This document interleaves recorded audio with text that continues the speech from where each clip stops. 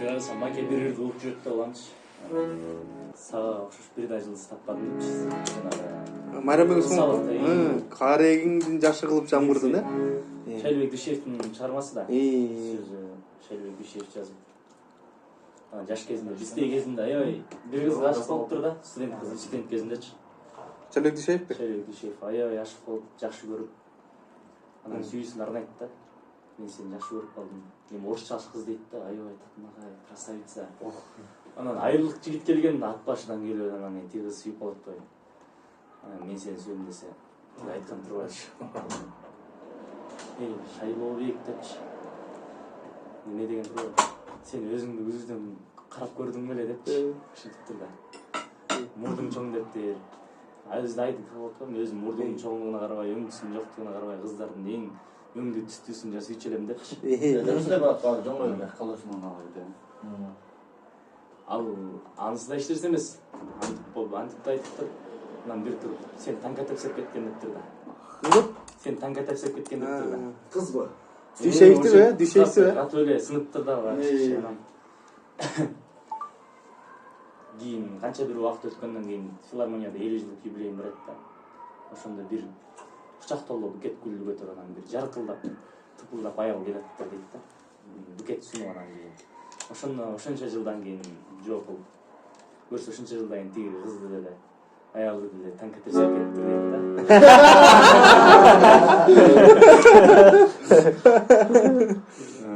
Бирок немелерге караганда ошо Отунбаева болуп калышы мүмкүн дейт да, немелер болжолдо. Отунбаева ошол аял Отунбаева экен деппи?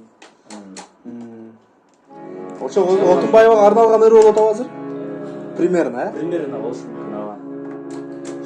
Кетти го Отунбаеваны. Бирок аябай кумуш жазган. Оон да жакшы жазылган, филармонияда ырдадык. Майрамбек Усманов ырдап, сен ырдап чыккан ырда бул,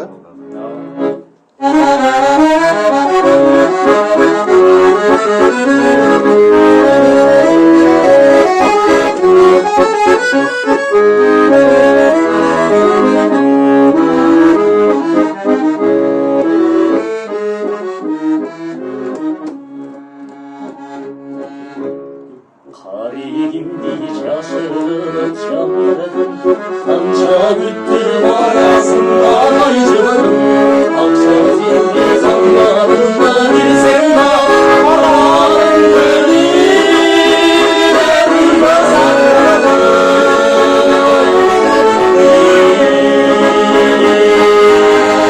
Acılarla bizi mezgili taşları, ayırıp arancı etti.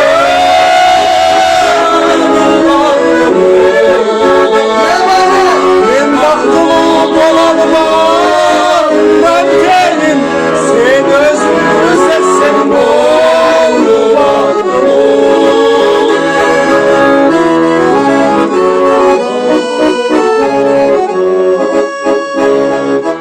Sağındırgan gülüm gözleyip aralay, sayma bir gün soğuk edin ağlamay, sana benim